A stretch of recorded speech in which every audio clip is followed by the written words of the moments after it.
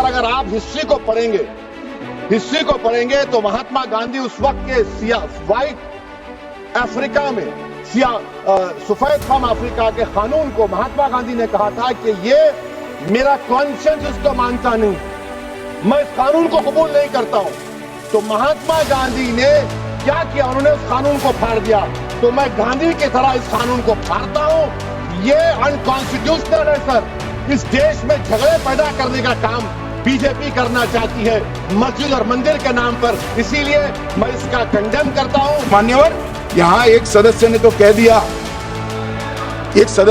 दिया, माइनॉरिटी इस कानून को स्वीकार नहीं करेगी। क्या धमकाना चाहते हो भाई? संसद का कानून है, सबको स्वीकार करना पड़ेगा। स्वीकार नहीं करेंगे मतलब क्या है? कैसे बोल सकते हैं कोई हम कानून को स्वीकार नहीं करेंगे? एक कानून भारत सरकार का है, हर एक पर बंधन करता होगा और इसको स्वीकार करना पड़ेगा। वक्फ अमेंडमेंट बिल पर बीते दिन संसद का कार्यकाल ऐतिहासिक रहा। लोकसभा में देर रात सरकार ने अमेंडमेंट बिल को पास कर लिया, लेकिन मोदी सरकार की अभी असली अग्नि परीक्षा शुरू हो रही है। इस अग्नि परीक्षा में मोदी सरकार के दो बैसाखी कितना देंगे साथ, यह देखना दिलचस्प होगा। शाहीन बाग पार्ट 2 की स्क्रिप्ट लिखने वाले मौलानाओं और राजनीतिक दलों की घेराबंदी शाह ने ऐसे की कि च्यों भी ना कर सके। मोदी सरकार के लिए वक्फ पर अब नंबर गेम की शुरुआत होने वाली है। लोकसभा में पास हुआ वक्फ बिल अब राज्यसभा में पेश होने वाला है। ऐसे में सरकार के नंबर गेम को समझना बेहद जरूरी है। संसद में बुधवार का दिन ऐतिहासिक रहा। 12 घंटे तक चली लंबी चर्चा के बाद आखिरकार वक्फ संशोधन विधेयक को पारित कर दिया गया। बिल के पक्ष में 288 तो वहीं विरोध में 232 वोट पड़े। इसके साथ ही लोकसभा में तो बिल पारित हो गया।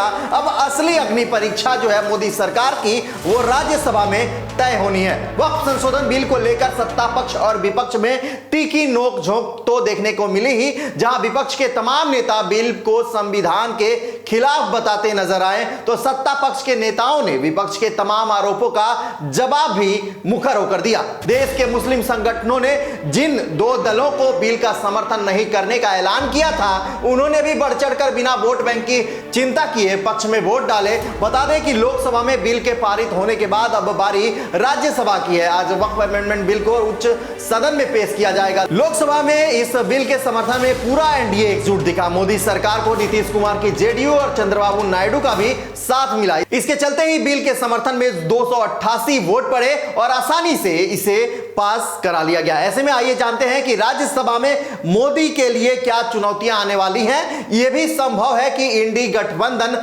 सारा खेल पलट दे।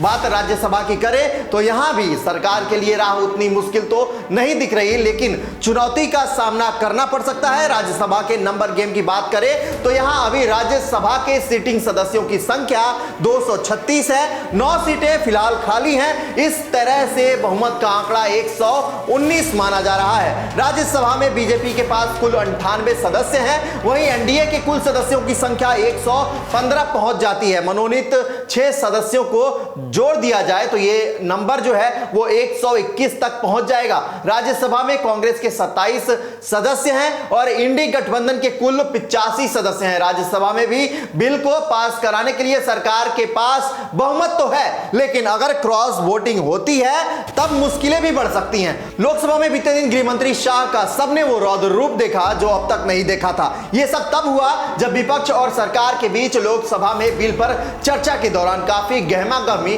देखने को मिली। गृह मंत्री अमित शाह ने स्पष्ट किया कि वक्फ में गैर मुस्लिम नहीं आएगा, ऐसा कोई भी प्रोविजन नहीं है। उन्होंने आरोप लगाया कि वोट बैंक के लिए माइनॉरिटीज को डराया जा रहा है, बरगलाया जा रहा है। वहीं इस दौरान विपक्ष के तमाम नेता बिल के विरोध में एकजुट दिखे। असदुद्दीन ओवैसी ने वक्फ संशोधन विधेयक के खिलाफ मोदी सरकार पर जमकर भड़ास निकाली है। ओवैसी ने इस विधेयक को मुसलमानों के सामाजिक, आर्थिक और धार्मिक अधिकारों पर सीधा हमला बोलने वाला बताया है। ओवैसी ने इस विधेयक को संविधान के अनुच्छेद 14, 25 और 26 का सीधा उल्लंघन करार दिया है। बहरहाल अब सबकी निगाहें आज जो है संसद के उच्च सदन यानी राज्यसभा के कार्यकाल पर टिकी रहेंगी, जहां वक्फ बिल को पेश किया जा रहा है। अगर यहां विपक्ष का पाला मजबूत रहा तो बिल रद्द भी हो सकता है। ऐसे में इस खबर पर आपका क्या कुछ कहना है, कमेंट कर हमें जरूर बताएं।